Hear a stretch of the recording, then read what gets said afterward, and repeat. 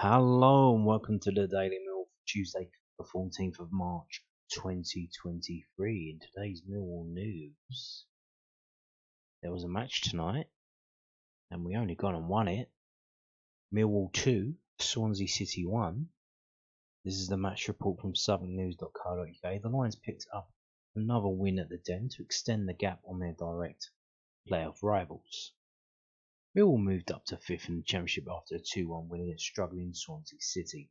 The two teams slogged out a testing first half, with Swansea dominating possession, while Millwall sat back and soaked up the pressure. Despite a handful of chances, the two sides went into the break at 0-0 to the frustration of the home fans.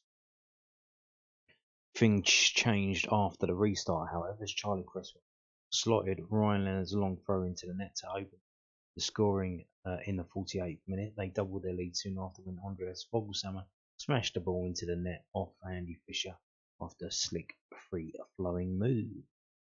The Swans struck back in the 58th minute as Matt Grimes smashed the ball past George Long from distance after Cresswell's superb clearance, but the hosts held on in the final half an hour to secure yet another win at Den. A tame start to the game set the tone for the first half. Millwall had chances to threaten through George Honeyman, but Zion Fleming was unable to pick him out on the right wing in the opening minutes. When the versatile midfielder did pick up the ball, he was closed down and forced to surrender possession. Yet it was Swansea who had the best opportunity in the opening 10 minutes when Oliver Ncham picked up the ball on the edge of the area, rifling a powerful effort off the gloves of George Long and out for the corner, which the Lions cleared. The lethargic opening continued into the first half, but Ryan Leonard did everything he could to liven things up.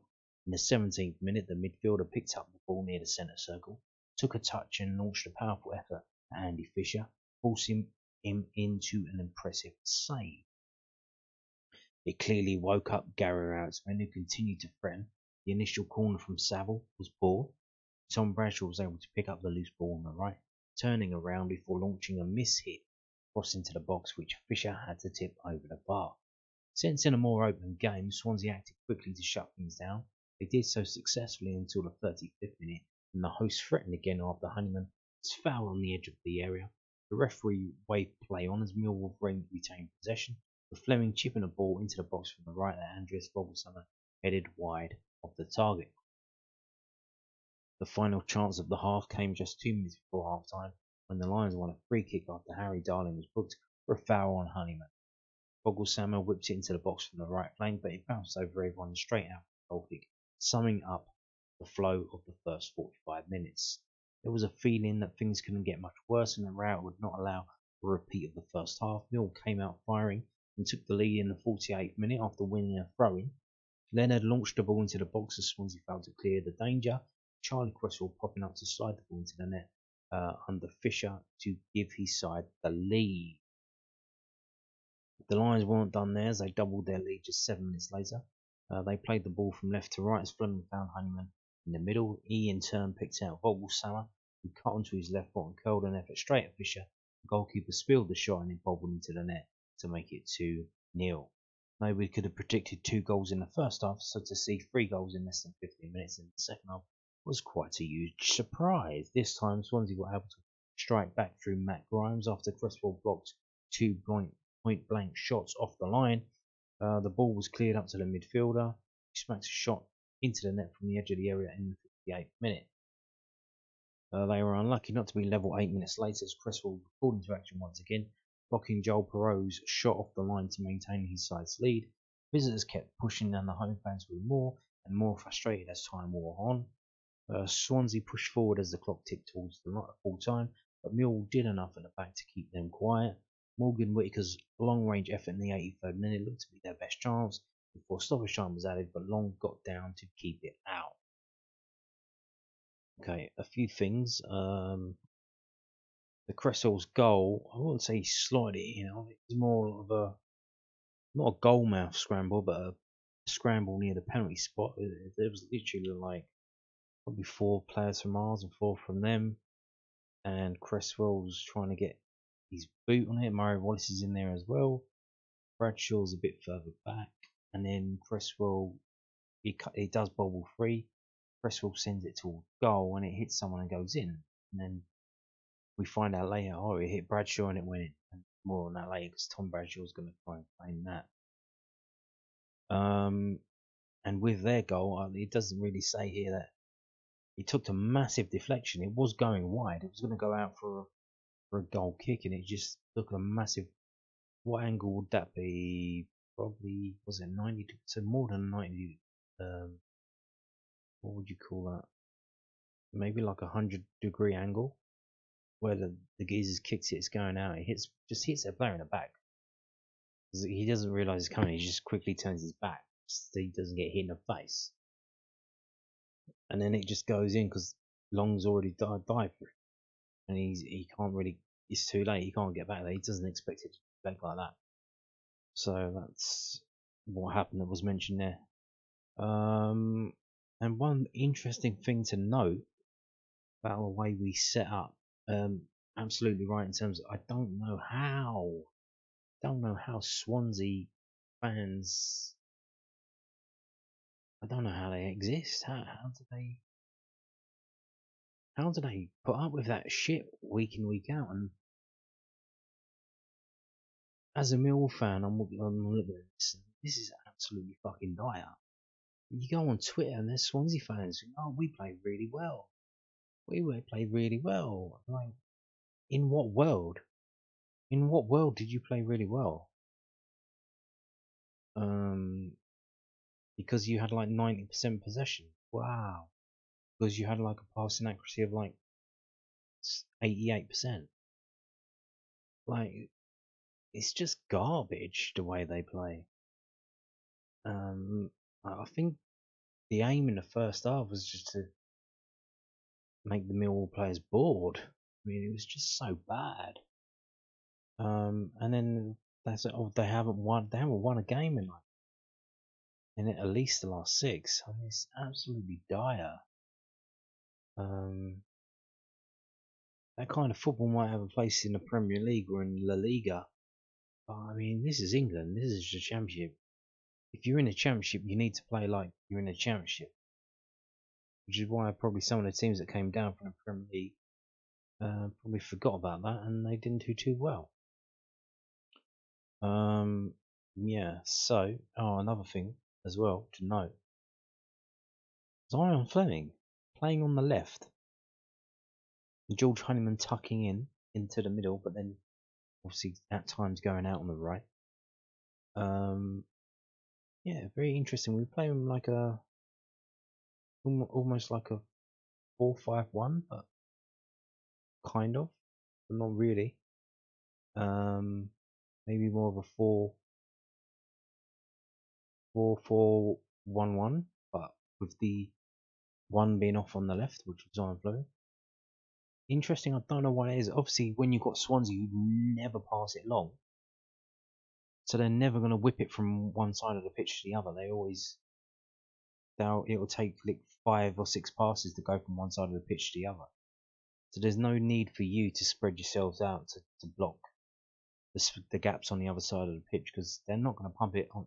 They're not going to pump it on a switch ball. They're not going to do that. They're literally just going to do 6 5-yard passes to get from the left hand side to the right hand side, or the right hand side to the left hand side. So maybe that's what that was about. Very interesting to see that it nearly worked. Maybe they were putting Zion Fleming on someone, on one of the fullbacks. I don't know, but yeah, very interesting to see that, and it appeared to have worked in the end. And not only that, but yet again, the game went how I thought it would go.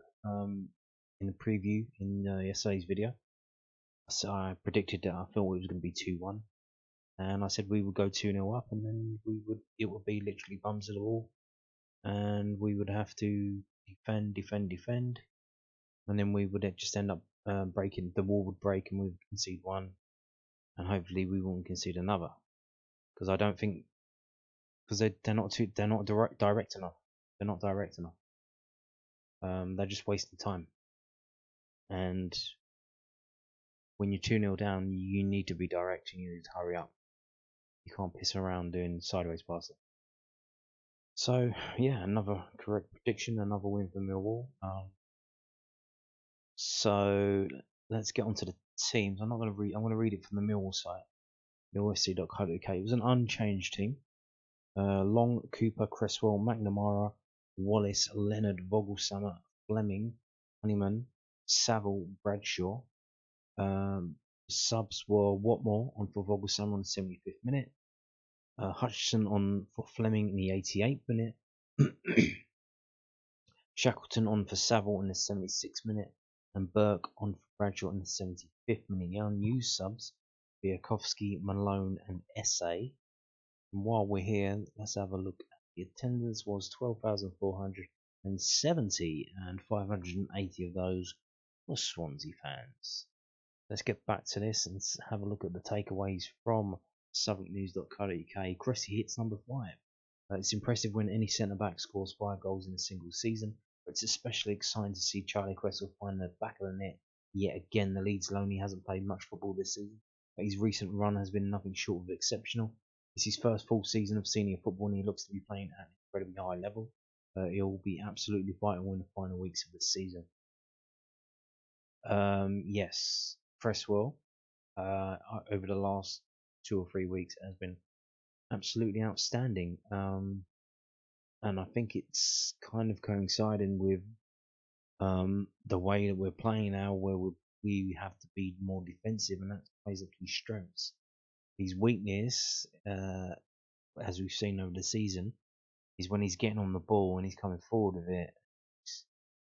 He's misplacing passes or he's doing things. There was one today that got the ball and he tried to like hit it long, hit it up the pitch but high, so it wouldn't go to the goalkeeper, and he just kicks it like straight up in the air, and it went about 5 yards, but 5 yards forwards, but about 90 yards in the air.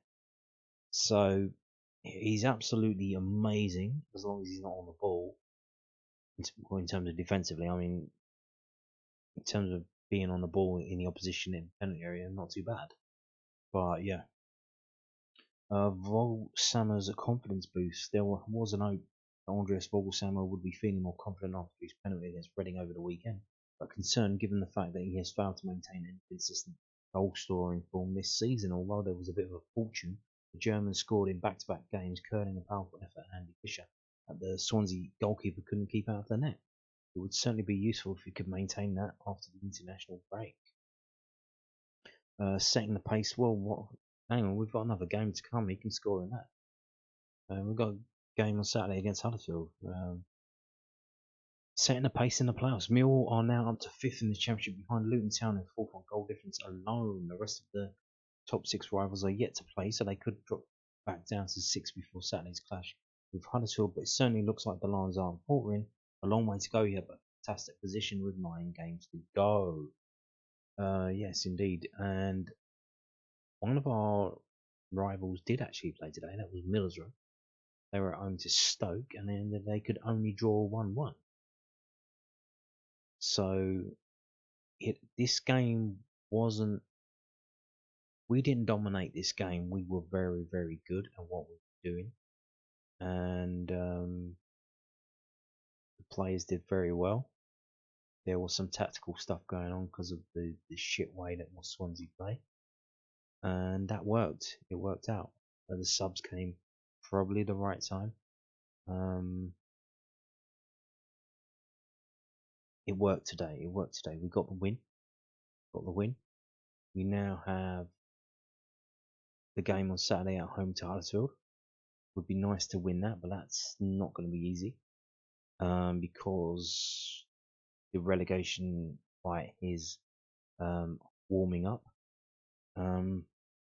So yes, we will see. Now let's get on to some post-match comments from Gary Rowett. This is also from southwarknews.co.uk. Gary Rowett reacts as Mill stands strong to deny Swansea City a late equaliser. The Lions had just 24% possession in their 2-1 win at the Den this evening. What was the score though? 2-1. So you don't win it on possession, you win it on goals. Gary Rowett was once again delighted that his side were able to come out on top in a tight game after his side beat Swansea 2-1 at the Den. The Lions came up against a possession-heavy side and struggled in the first half, but goals from Charlie Cresswell and Andres Fogelsammer shortly after the break gave them a comfortable advantage. Gary Rowett explained that a tactical switch helped them to attack the game in the second half, highlighting how delighted he was to hold on for yet another win in SC16. Swansea dominate the possession stats in the division, the manager said after the game. They make the most passes in the division, that's what they do. It's probably a little bit of our kryptonite in a way that we want to go up against teams. Press, get the crowd going and make it a little bit of carnage. I think the challenge is that they stop you doing it. You go to press and they play around it. You think you've got someone, they play out of it. They're very, very good at going at it. Every time I've played Swansea in the last 3 or 4 years, it's been the same kind of game. It's been frustrating. It's been hard to play against. It's been low key in terms of tackles and that little bit of physicality that we like. I think we found that tough first off. We had a few moments, but found it a little bit tough. I made a change at half time. Decided I just felt as though I'd rather go up against them a little bit more, take a bit of a gamble and lose the game that way. If that was what we had to do, we needed to get a little bit of life into the game and inject a little bit of atmosphere into it. So I changed it to 4-3-3. It meant we went up against them a little bit more. With the front four, we played a little bit narrower and a little bit higher. I thought that for the 20 minutes in the second half, not only did we use the ball a bit better, but I think we started to press them better. We started to stop them playing. Once you start to put them under a little bit of pressure, and then the dynamic shifts in the game, it's not as easy to get involved. It's not as easy to play your way out. We scored 2 different types of goals, I think. In the first one, Pressy, and a lot of bodies, does really well to put it home. It looks like it takes a little deflection when you watch it back. I think he's hit Bradshaw on the calf, so I think he's claiming that as well. I think that might be one that gets appealed. Then the second goal was a great play by Zion. Break free down the left-hand side. He plays a lovely little pass into George Honeyman. He's aware enough to find Vogie. It's Vogie's shot with a small deflection. Just wrong foots the keeper a little bit to go 2-0 up. At that point, I actually thought it probably looked like he took the stuffing out of Swansea. Then they go and get a deflected goal themselves, which is going miles wide. It hits Manning on the knee and wrong foot's long. All of a sudden, it's back to back to square one, where we're now chasing, we're now finding it hard to press, and we're now having to drop in. They make a really difficult game, and fair play to them, because it was really tough win tonight. Sometimes in these type of games, you've got to find a way to win it. At this stage of the season, we found a way to win, and that's an admirable trait to have. Yes, exactly, Gary. I called him Garrett. Gary Rowett. Gary. Yeah. You've got to know how to win. You can win this way, you can win that way, you can win another way. And as we saw, the problem with Swansea, they only have one note. Short pass, short pass, short pass, short pass. They can't mix it up. And when they need to, like they can't. So yeah, fantastic stuff there from Gary Rowett.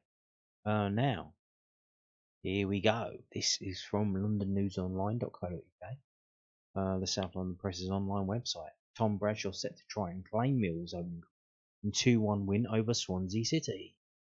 Oh yeah, just a reminder as well, if you were watching a preview video that I made yesterday, you will know that that's our first win over Swansea City at the Den in 6 games since, which stretch back all the way to 2011, which is what, 12? How long is that now? 12 years. So again, it's another one like the winning away at Loftus Road. It's something that a Millwall team hasn't done for a while.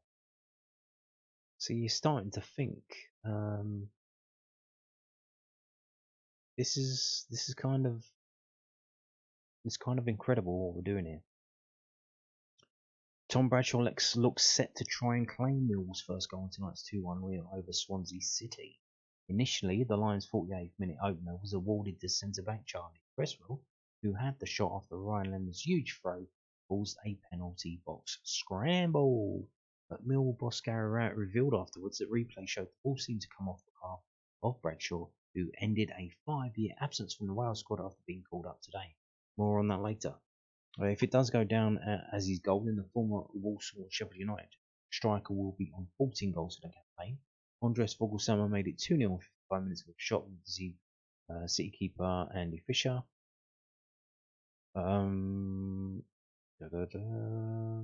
Millwall held on to record a second win in a row and move up to 5th in the Championship table. They were up to 4th until Swansea reduced their advantage. Oh, so we were 4th on 2-0. So this is shows how important the goal difference is. We would have been 4th if we had won that 2-0. And then they've got the quotes that I think I've just read. So I'm not going to read them again. Yeah, so again, apologies for that, but I don't genuinely read these stories before I come on, which is, you think that's kind of weird. Why don't you do that? Well, I kind of know what they're going to say. Swansea boss Russell Martin claims his side dominated the Den and did not deserve to lose. So here we go from londonnewsonline.co.uk, a different angle. Swansea manager Russell Martin felt his side did not deserve to lose it before. Really? The Lions collected maximum points after a 2-1 victory at the Den. And then they go on to tell us what happened in the game, but we already know that. I have no idea how this guy sounds, so... We played brilliantly tonight, said Martin. We dominated the game in pretty much every facet. More chances, more of the ball, and limited them to very little. Really, we've been undone by a long throw and a mistake. I'm really frustrated, really hurt, but really proud of the way the players played. It's felt like the last few games have been slowly coming back to light. In terms of how we want the game to look and the courage that they have been asked to show, that confidence has been building up. Slowly but surely after a really tough period. It's not an easy place to come tonight at all. One of the best home forms in the league. They're 5th in the league now, so I'm really pleased with the performance. And I'm really disappointed with the result because I don't think it is what we deserved. The keeper Fisher, he's no choice but to accept what's happened and come through this period. Losing Stephen was a big blow for us, and Fish played really well on Saturday. It's a tough time. He's taken a lot of criticism, social media and all that stuff. It's not easy for players. We didn't sign another goalkeeper in January, so there's a lot of pressure on him. We have to find a way to get him through it, and we will. It will be better for this period in the long term. So there you go. Apparently, I think so.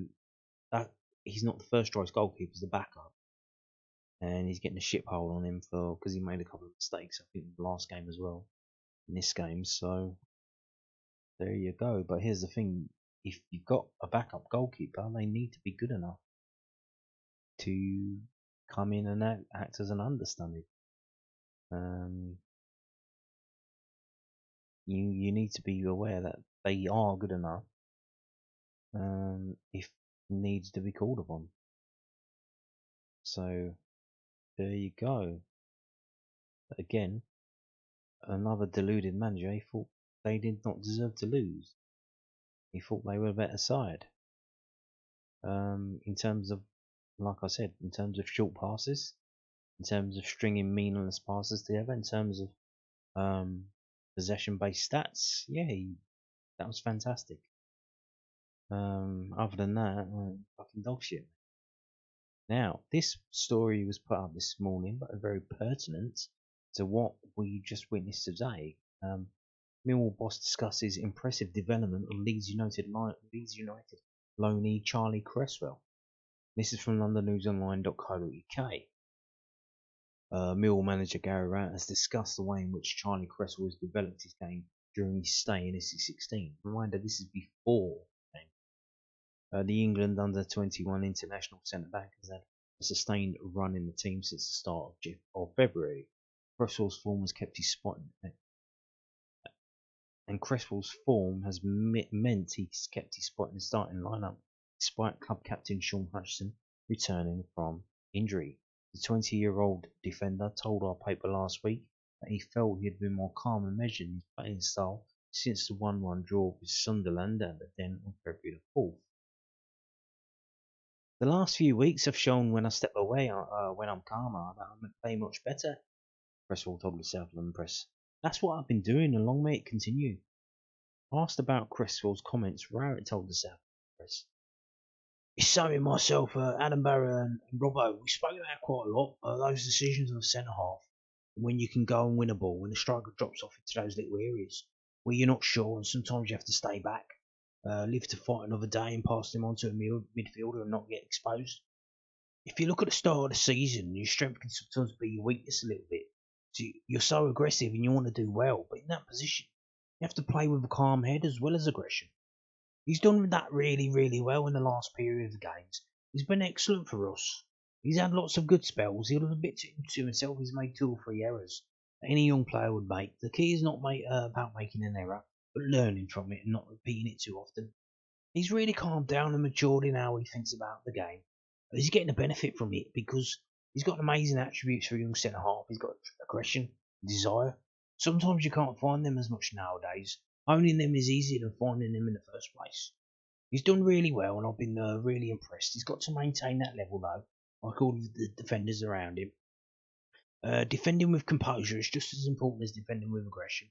You've got to make sure you make those good decisions. He should be applauded for taking it on. We can mention it to him, but he's the one in the firing line and got to go and get out there and do it with the muck and bullets flying. Ultimately, he's really, really improved on that aspect of his game. Cresswell was embroiled in a physical duel with Reading striker Andy Carroll at the weekend. The former West Ham United striker appeared to catch him with a leading arm in one challenge, but also was left on the turf a few times after tangling with the youngest of Millwall's centre-backs. There was one early on that looked like he caught Sav in the face with what looked like an elbow, said Rowett.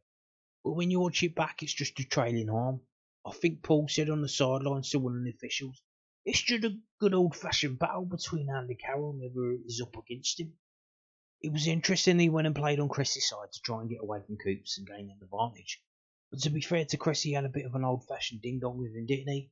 He won an header and put Andy on the floor. Then Andy won an header and put Cressy on the floor. For a young player, he dealt with it fantastically well. It's another great experience to add to the list. There are not many Andy Carrolls left anymore in any level of football. I won't look back and try and get someone punished for a challenge. It was a good honest battle, and they both played their part in it. Indeed, so like I said, this was put out this morning, and how prescient it was, because again, another very good display from Charlie Cresswell in his defensive work. But like I said, that's his bread and butter, is the defending, the positioning. It's just when he's on the ball, dribbling forward with the ball or passing the ball, not so good. But the rest of the stuff, absolutely fantastic. Now, here we go. This broke this morning as well. An absolute joy to my heart and to many other Millwall fans. Tom Bradshaw, the man in the moment, Millwall striker, receives first international call-up since 2018. It's a shame they didn't call him up in November, because the Welsh team might have actually done something in the World Cup in Qatar. But there you go, Millwall striker, yep. Tom Bradshaw's incredible form for the Lions has earned him a return to the Wales national team for the first time in 5 years. This is Southern News. It's all over this. It's obviously a Welsh national team, so there's a lot of interest in this. Millwall's Bradshaw has been called up to the Wales national team for the upcoming Euro 2024 qualifying matches against Croatia and Latvia. The striker has scored 13 goals in 31 games for the Lions this season, with 9 of those coming since the turn of the year. He scored a hat-trick against Sheffield United in a 3-2 win, as well as crucial goals against league leaders Burnley and playoff rivals Luton Town, helping him win the Sky Bet Championship Player of the Month award for February. Bradshaw has regularly voiced his desire to return to the Wales squad, although he admitted his patchy goal-scoring form has not helped his case to represent his country. However, his recent performances have understandably put him back on the radar of manager Rob Page ahead of their Euro 2024 qualifying campaign. 30-year-old is set to represent his country for the first time since March 22nd, 2018, where he played 28 minutes off the bench in a 6-0 win against China. He's only ever made 3 appearances for Wales and is yet to start a game, although that is certainly expected to change before the start of April. Why? What, you think he's going to start? Maybe, I don't know. I think they only play one up front. So more likely going to be Kiefer Moore. The Dragons will face Croatia in Split on March the 25th before hosting Latvia at the Cardiff City Stadium 3 days later on March the 28th. The other 2 teams in their qualifying group are Armenia and Turkey. So these are qualifying games. They're not friendlies. So I imagine he's being brought into the squad. They'll have a look at him, and depending on what he does training, they might play him. But to start him in his first game, he's definitely not going to. I don't think he'll start against Croatia. They might start him against Latvia just to rotate the squad, and he should be good enough for Latvia. So we will see. The other 2 teams in their qualifying group are Armenia and Turkey. Elsewhere, George Saville will also be involved in the upcoming Euro 2024 qualifiers after receiving another call-up to the Northern Ireland national team. Michael O'Neill's men will face San Marino away from home on March the 23rd before hosting Finland, Belfast on March the 26th. The 3 other teams in their group are Denmark, Kazakhstan and Slovenia. All games will be shown live on Sky Sports during the international break. That's something to keep an eye on. You've got 2 extra games or 4 extra games to watch during the international break that have me all interested in them. That's something, isn't it? So yeah, this like I said, this come out this morning. Absolutely buzzing everyone. Just fantastic. It's because it's something he's wanted for a while. And he got it. He's been doing it for Millwall, and it's like a little reward for him. Something that he's wanted to do, wanted to achieve. He's achieved it. So there you go. And he might be a Premier League player next season. For Millwall, I'm talking about, not someone else. So yeah, the club put this up as well this morning. Hummel stock available in Millwall's Lion store and online. I brought you this the other day. When did I bring you it? When a football kit blog put up a story saying they had inside information that Millwall were going to drop Hummel and go back to Urea for the kits from next season. When I put that story up about the kit change, I think it was called like Mill to drop Hummel, blah blah blah blah blah. So I put in that video that there's actually Hummel stock available on the Lion store online and in the shop now, which is kind of crazy because they ran it down. They were offering 50% off, so I was like, are they going to get more in? Because if they get more in, they sign a new deal with Hummel and they get more in. They already knocked it out 50% off. So you think they're going to have to carry on doing 50% off, otherwise no one's going to buy it at full price, or maybe even if they go like 25%. They're still going to be a bit weird. And before they restocked it, when you went onto the store, all they had were shorts. And most of them were goalkeeper shorts. They had the pink ones, the black ones, the green ones. That's all they had. Literally like 6 different pairs of shorts.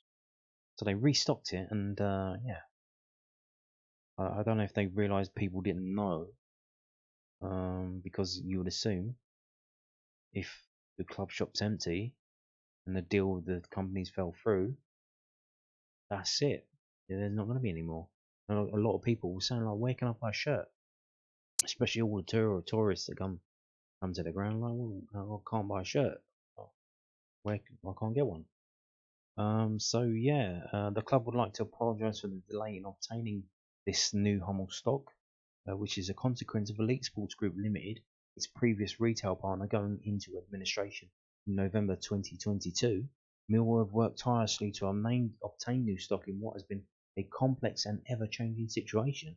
and the club is pleased to have been able to secure the items listed above. So yeah, what you see here, home shirts in these sizes, home shorts or junior home shorts and junior home shirts in these sizes, adult home shirts in these sizes, and infant kits as well. So if you want an infant kit, the club will soon provide supporters with an update in relation to its future plans around retail and kit supply. Well, if you're a subscriber or a viewer, you already know because I told you it's set to be a RIA, and that's going to be in the summer from July. So there you go. Now,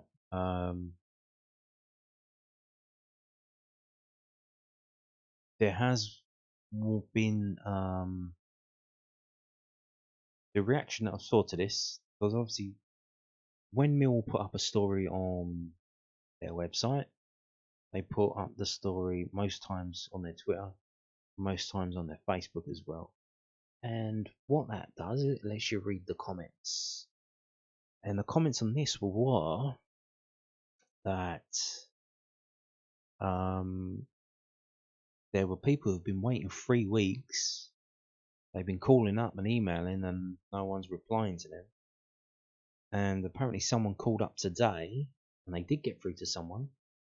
And they spoke to him and they were very candid and they explained what the problem was. And they said they've got 400 orders on back order. 400 on orders on back order.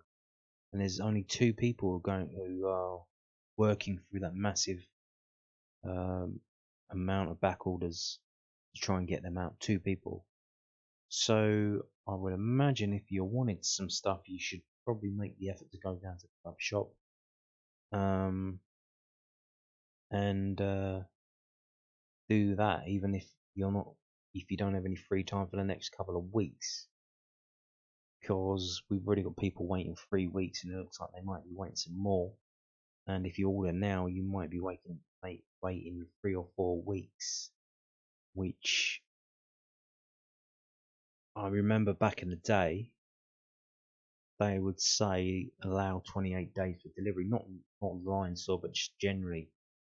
And we've just got so used to the technology and the custom where everything's ordered and it all comes, and you can order same day from fucking Amazon. You can order something in the morning and it'll be there in the evening. I think Iceland, some shops do that as well, or Iceland's and stuff. Yeah, it's crazy how it's gone. But back in my day, they would say allow 28 days for delivery. Well, we are back in those days with Millwall, I'm afraid. So if you've got a spare day and a bit of time to get down to the den in the next 28 days, I would suggest, and you wanted to get some stuff, that would be preferential to ordering online. Because you might be waiting a while if you order online. So there you go. Oh yeah. Before we're gonna end the video soon. Just wanted to look at the table because, there we go. Yeah, so I didn't realise that, but read earlier that because we conceded that goal and it went from 2-0 to 2-1, obviously, we would have been level with Luton on goal difference, but we've scored more goals than them, so we would have been 4th. And that would have been something indeed. But I mean, 5th, look at that, 5th. Millwall are 5th in the Championship table. And you can say, yeah, but we might drop back down because Blackburn are playing tomorrow. Norwich are playing tomorrow. Well, they can't catch us, but Blackburn certainly can overtake us. But that's hypothetical 3 points. They win that game, and we're now in a reverse situation than we were last season, where if we get the win first, what they do doesn't matter because we're ahead of them. So it doesn't matter. We just have to win, and then they can win as well. They're not going to overtake us if we win. It's all in our own hands now. And as you saw today, here are the results today from the rest of the league. I don't know if you've seen the indices yet. Let's just go up above this video, that dodgy kid with that ball. Here you go. The only thing really affecting us is the Middlesbrough game. They drew 1-1 at home to Stoke. Other than maybe the Coventry game as well, because they're out of it now. If Coventry want to get into the playoffs, they need to get a lot of points per game.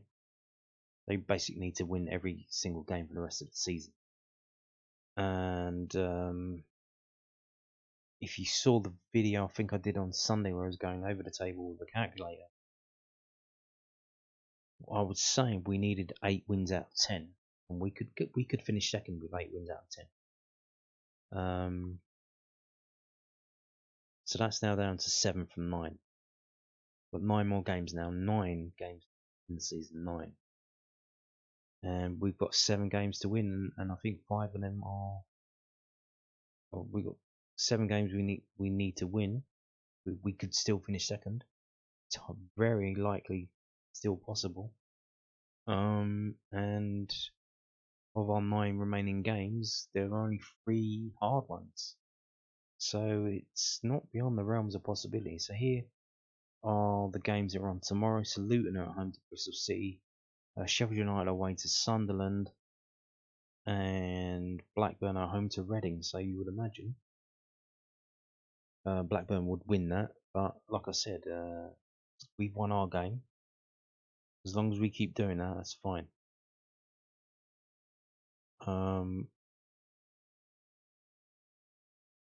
The only other thing that might affect us is, I don't know if you saw there, Blackpool absolutely spanked QPR 6-1. Why that might be a problem is if we go back down past this ugly kid with the ball, at the bottom of the table, so obviously you've got Blackpool, they get that result. Now Huddersfield get a chance to reply. If they don't win their game tomorrow, they might be very well motivated to try and beat us on Saturday, because it's getting a bit testy at the bottom. And there are a lot of clubs dragging down QPR, Cardiff. Is getting a bit do or die for Huddersfield. If they don't start winning, they're going to start getting relegated. So there you go. But let's go back up and look now. Mill are in 5th. Mill are in 5th. Mill are in 5th. And on that note, thank you for watching and goodbye.